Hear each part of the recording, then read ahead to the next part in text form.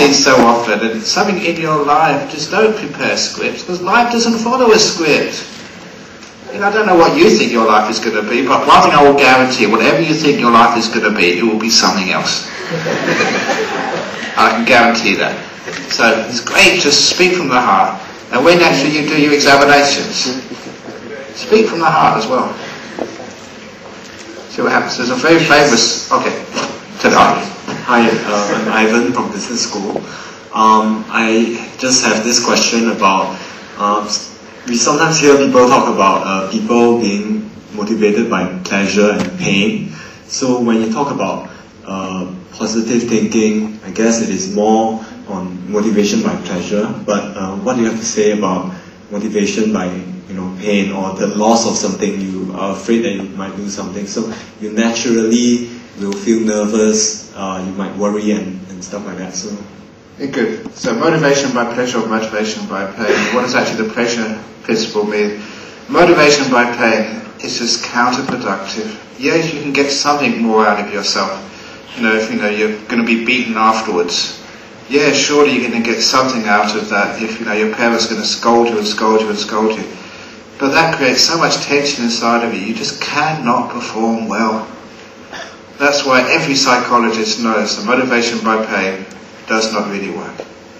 Motivation by pleasure, especially by reward, does work. There was this article which I read in the Psychology magazine, which was a brilliant article.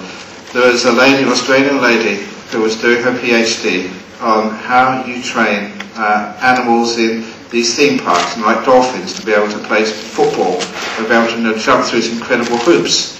How do you actually, what's the psychology of training like a wild animal to do those amazing tricks? And what she found was not punishment at all. You don't beat that dolphin, you don't sort of punish it at all. But if it jumps an extra inch out of the water, you give it another fish. The reward principle. But the brilliant part of her research was when she saw this principle of how to get dolphins, how to train them to do these amazing things which they don't normally do, just through reward, throwing them a fish. She got this great insight. She went to her professor and said, I want to change the subject of my PhD. And gave permission, and the PhD thesis became How to Train Your Husband.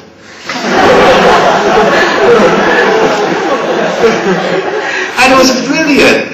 She said, you don't punish him. When he does something you like, you throw him a fish, metaphorically. You don't throw a fish at him. Actually, it was amazing. It was little things like, in the morning he was rushing off to work. Where's my toothpaste, darling? When do I leave my toothpaste?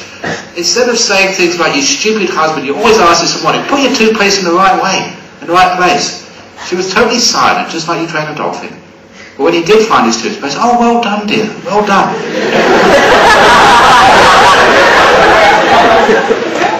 And it looked simple, but it was very effective. She said, now he finds his own toothpaste in the morning.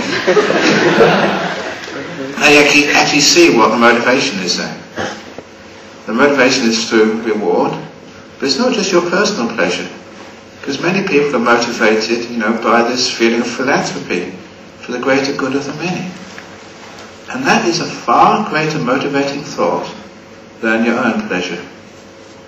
You find that out, that if you're doing a subject, and it's just for the betterment of, your society, your country, or the world, you find that motivates you enormously. I could work much harder for other people than I could ever work for myself. So, I don't know what you're doing in business, but if you're doing business for your own profit, your motivation will be medium. But if you're doing it for the betterment of the people you work for, to create them jobs, for a better world for yourself and your children, your children's children, then your motivation becomes to another level. And with that motivation, it's not just the amount of effort you put into it, but the amount of productivity, the joy, the happiness that you could truly produce when you are so highly motivated. Thank you.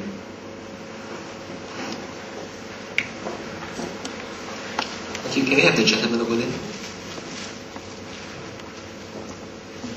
Yes.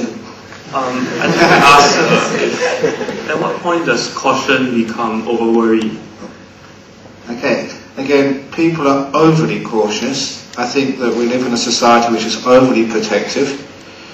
There's so many things which we're not allowed to do. We're not allowed to take risks, mostly because of lawyers, suing people. But it's got to a very terrible stage in many Western countries. An example of this, that when I was growing up in England, that's where I lived, as kids we used to have this game which was being played for hundreds of years called conkers. We had these horse chestnut trees, and in the late autumn, just before the school year began, they had these little hard fruits. They were unedible. They're little seeds. They were sort of maybe about this, maybe the size of smaller than a ping pong ball, maybe a squash ball, maybe, or a little bit smaller than a squash ball. Little hard sort of seeds, and you put a hole through the centre of them, tie a string to them, and you play conkers. So, one person had a conker, and you had one strike at that conker, and then they had one strike at your conker. Whichever one survived, won. I remember playing that game at school. It was always great fun. The first month at school, we always had our conkers before they all ran out. And then about 5 years ago, the British government said it was dangerous because if one split, it could go into somebody's eye and blind them. And so it was banned. So a fun game, which I remember playing as a kid, and it was put aside because of excess caution. And that actually taught people, no, don't try, it's dangerous. Don't go trying to talk to that girl, it's dangerous, you may get embarrassed. Don't try that business proposition, you might fail. Don't try that new way of creating electricity, you might blow up Singapore. And because of that, there is no more innovation. We're just so constrained by this fear of failure. And that is terrible to the economy. That is terrible to your life. You'll never find a nice partner in life if you're so afraid of failure. How many lonely people are there in Singapore? People who are just afraid of taking a chance. Or girls, you go and chat up a boy, doesn't he have to chat at you? 21st century, you see someone you like, they say, I really like you. Do you like me? What's wrong with that? You're just being honest and to see what happens. Say, yeah, actually, I always did like you, but I was too afraid to say thank you for breaking the ice. Now you have your partner for life. So take those chances. So too much caution, I think, is a problem. Obviously, don't be stupid. Don't sort of go up and sort of talk to this wonderful girl, whose boyfriend, is a big football star and is about 10 foot tall. That's really stupid. So, obviously a little bit of caution, but I think we're overcautious. Maybe more in terms of planning, because for me, I'm an obsessive planner. So I worry about the details of is it correct, is it correct, is it correct? Crikey, yeah, look. I never plan my talks. I hardly ever know what I'm doing next. That's why people tell me what to do.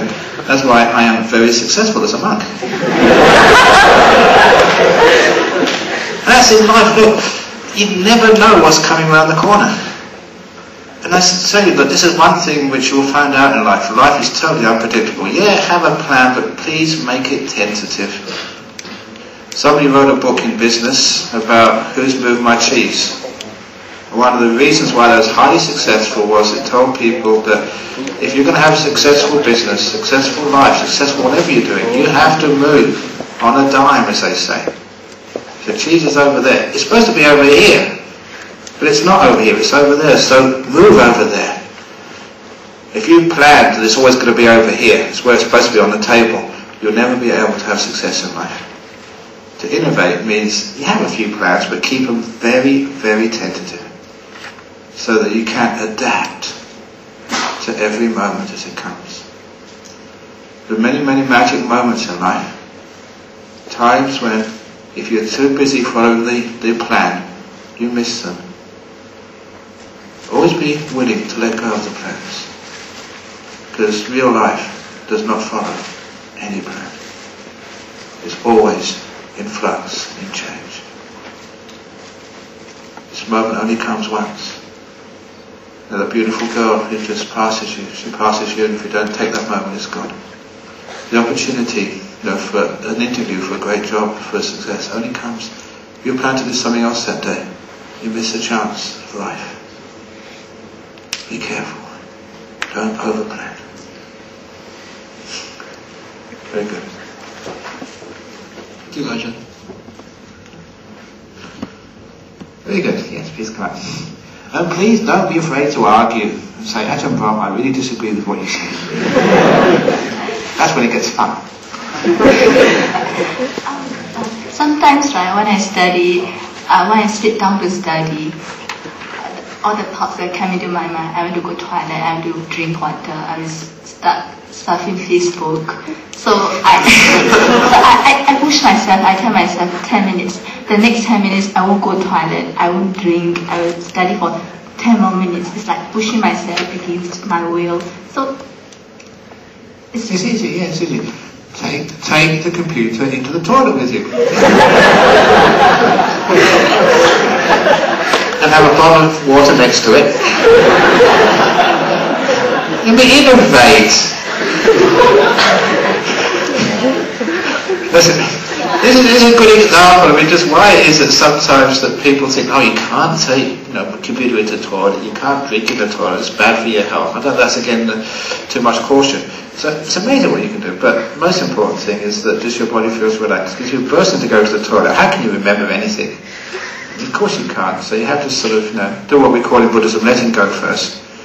Do some letting go in the toilet. And then you relax. This kind of thing usually happens when we have to write like long reports, like 13 pages report in 1 week time, which is quite common in university. So I find out that if I push myself like this, I finish the work faster than relaxing. Well, I have to also, I don't write reports, I have to write articles. Some of the best articles, I sit down there, I'm going to have fun with this.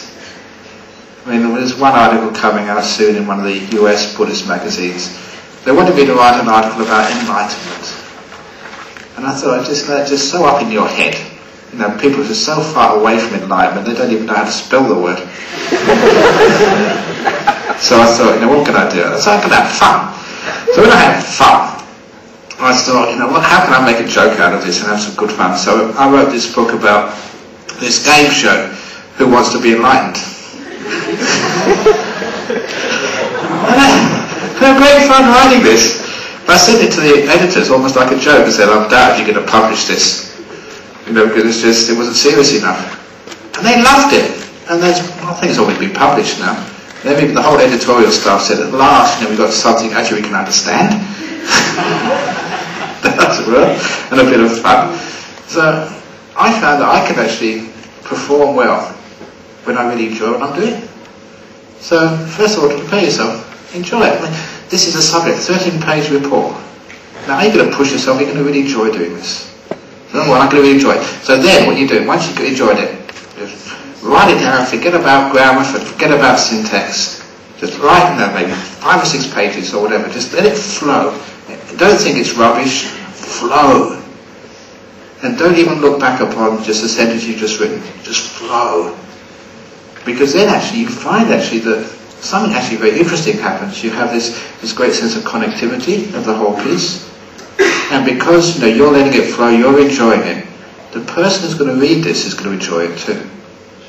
Because remember that whatever report you put in, someone has got to go through 13 pages of this stuff.